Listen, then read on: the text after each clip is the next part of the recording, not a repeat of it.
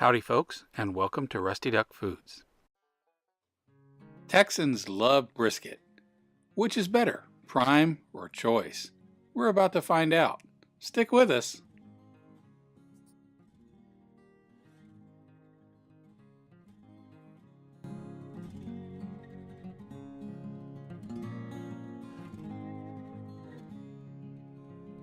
We got our prime brisket for $3.49 a pound, and we got the choice brisket for $1.97 a pound.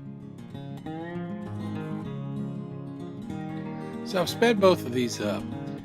It's just not that interesting to watch, but I wanted to show the difference between the prime brisket and the choice brisket. Here we're going to go ahead and trim the choice, and there's a lot of fat on a brisket that just doesn't render down well. It doesn't add flavor to the final cook, and it doesn't really do a lot for you. So it's probably better to go ahead and remove it. It's just not going to help you. This is the really hard stuff. It doesn't melt down. It doesn't turn out real well. So that's what I'm removing here. Go ahead and take this off if you can. If you choose to leave it, that's fine. It's going to work out just fine. But I think removing it is really going to help you out here.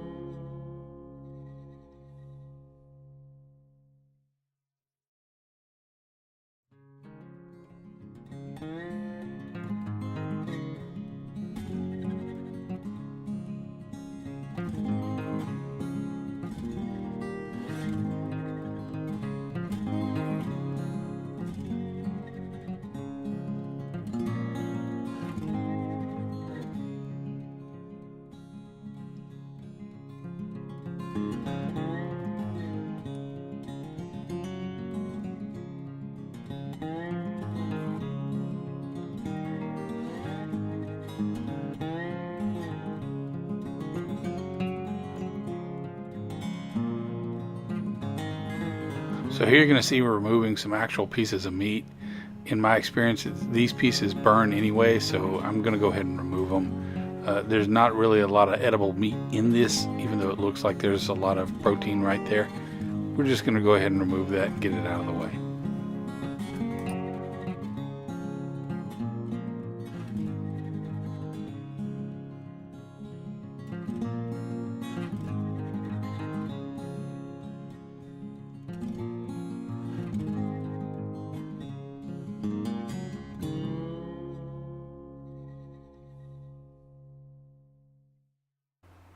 So you're going to see on this prime brisket, it's a much better quality piece of meat, and there's going to be a lot less to trim off here.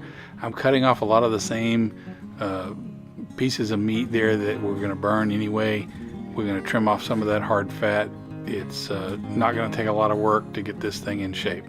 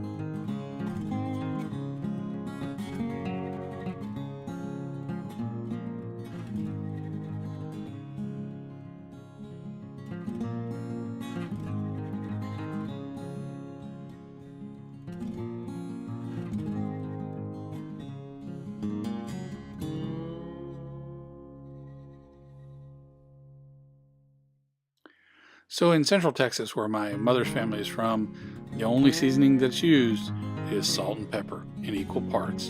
And so that's what we're going to do here.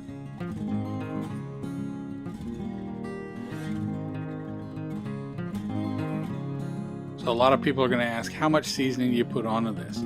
Well, the answer is pretty simple. Enough to cover it. This is a big piece of meat. It can take a lot of salt. It can take a lot of pepper.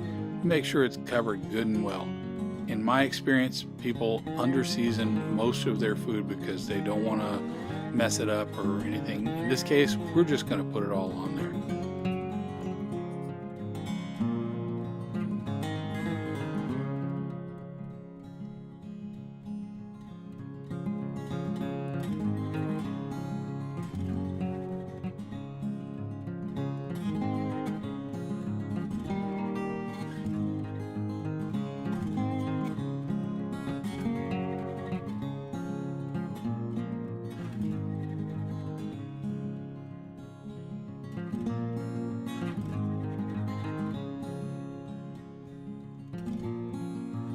So here it's pretty clear that I miscalculated how much seasoning I was going to need.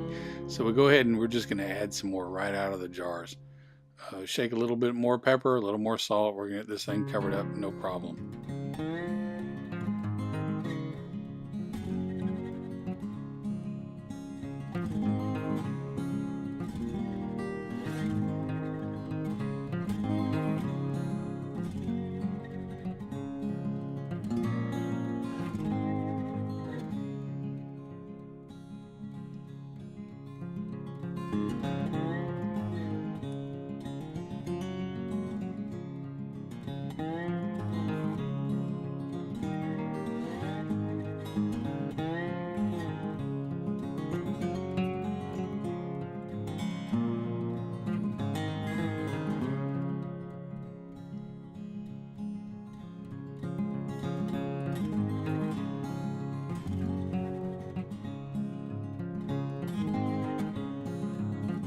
So in the hill country in central Texas, we use post oak. You use whatever wood you like. We're smoking it here for 12 hours at about 275 degrees Fahrenheit. So this is our final product. This is the prime brisket. This is after we go ahead and pull it and let it rest for about an hour, we're getting ready to cut this thing up.